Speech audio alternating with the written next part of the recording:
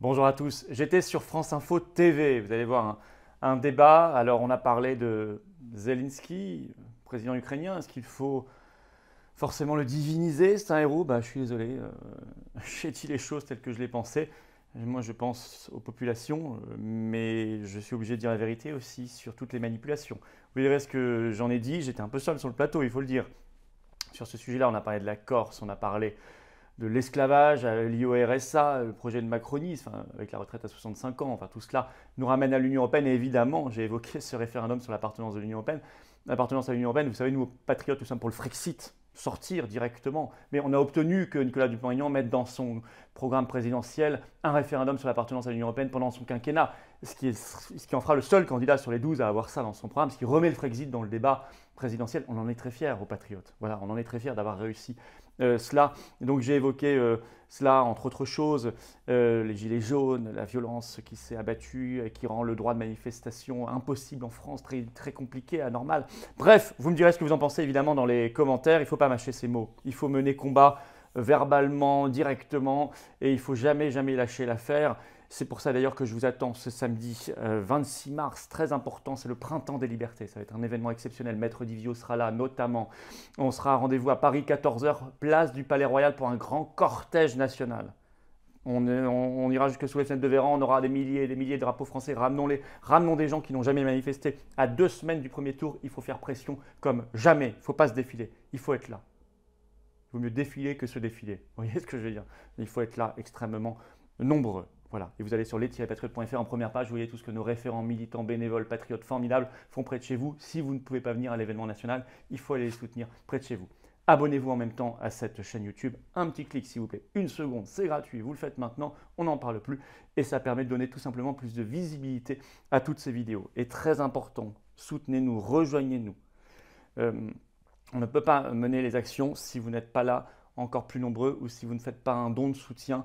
Je vais vous expliquer comment faire si vous en avez la possibilité, chacun selon sa capacité.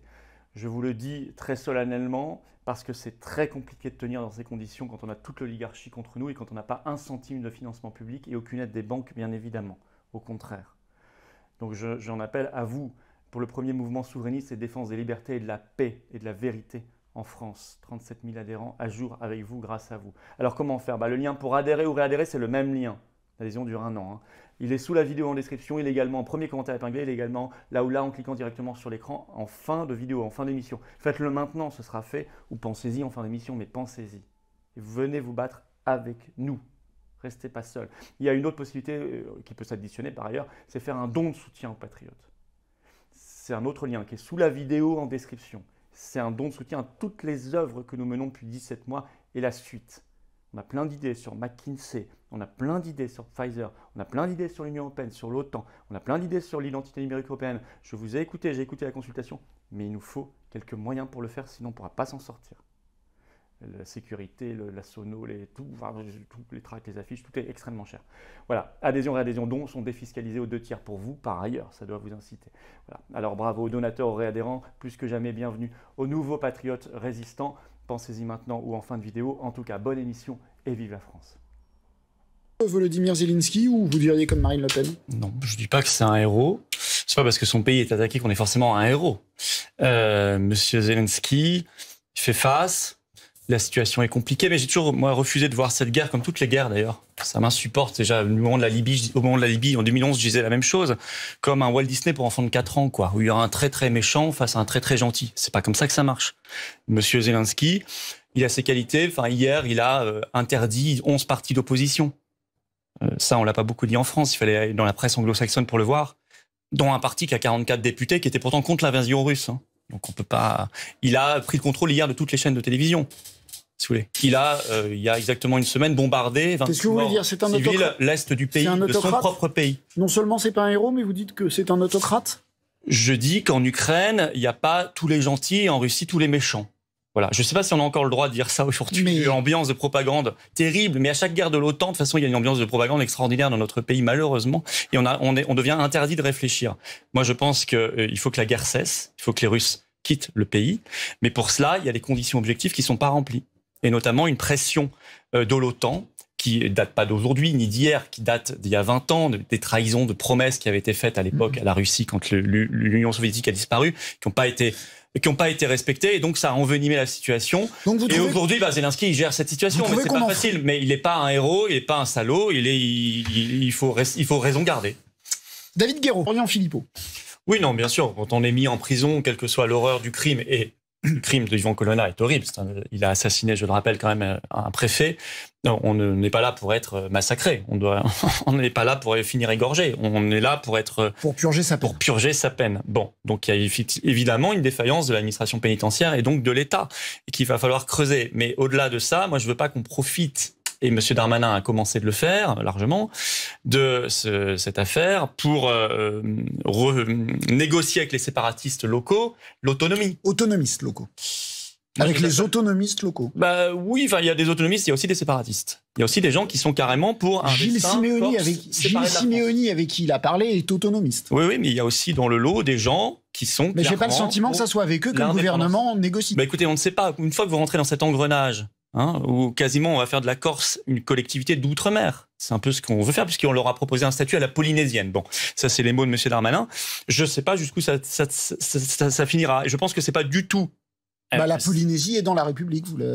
La réponse est dans ce que vous avez dit. Je trouve étonnant, si vous voulez, que alors que les Corses se sont exprimés par référendum il y a quelques années maintenant et qu'ils n'avaient pas fait ce choix-là, on ne tienne pas compte de cette affaire-là. Peut-être qu'on devrait faire un référendum, ce serait intéressant. Mais là, on va essayer de profiter d'un drame pour faire de la politique et quand même prendre des décisions qui sont très importantes. Très importante. Il y a quand même un ministre de l'Intérieur qui a démissionné sur cette affaire. C'était Jean-Pierre Chevènement sur les accords de Matignon en l'an 2000 parce que justement on allait vers cette autonomie corse.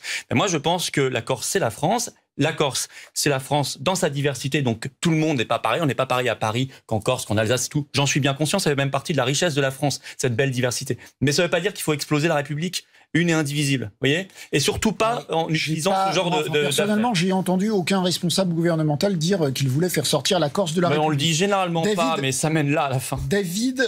C'est la violence du gouvernement sans précédent. Sans précédent. Florian Philippot. Ça, mais les Français jugeront les propositions de Jean-Luc Mélenchon. C'est les Français qui disent. La parole est à Florian Philippot. Je pense qu'on peut amnistier l'immense majorité, oui. Parce que je vais vous dire, je pense, pour manifester depuis 17 mois, toutes les semaines, qu'il y a une urgence et que derrière le débat, il est là, c'est rétablir les conditions normales de manifestation dans notre pays, ce qui n'est absolument plus garanti. C'est devenu n'importe quoi. C'est devenu n'importe quoi. Je veux dire, moi, je connais des militants qui sont chaque semaine qui ont une amende parce qu'ils ont un badge. Par exemple, je suis contre le pass. Quand ils quittent une manifestation. Et hop, ils se payent une amende. Au mépris complètement de l'état de droit. Ou bien parce qu'ils ont un drapeau français. On a vu ça aussi dans les convois de la liberté. On leur a même arraché, on l'a mis par terre, comme si c'était un sac de pommes de terre. Mais vous, donc, si vous qui défendez l'ordre... mais par contre, j'ai dit l'essentiel. Donc, les casseurs, les gens qui ont fait de la violence contre les personnes ou qui ont cassé, évidemment que non. Et d'ailleurs, ces gens-là ont pourri le mouvement des Gilets jaunes et les Gilets jaunes les détestaient. Donc, si vous voulez... L'amnistie partielle dont vous parlez, c'est une proposition de Nicolas Dupont-Aignan ? Je ne sais pas si c'est une de ses propositions, mais je pense qu'il serait d'accord. Parce qu'il l'a déjà dit, qu'il en a déjà parlé. Et qu'on constate ensemble, on l'a constaté dans les manifestations, une dérive sur le droit de manifester en France. Il y a un problème. Et d'ailleurs, vous discutez en privé avec des policiers ou des gendarmes, je vous assure que 2 fois sur 3, ils vous le disent.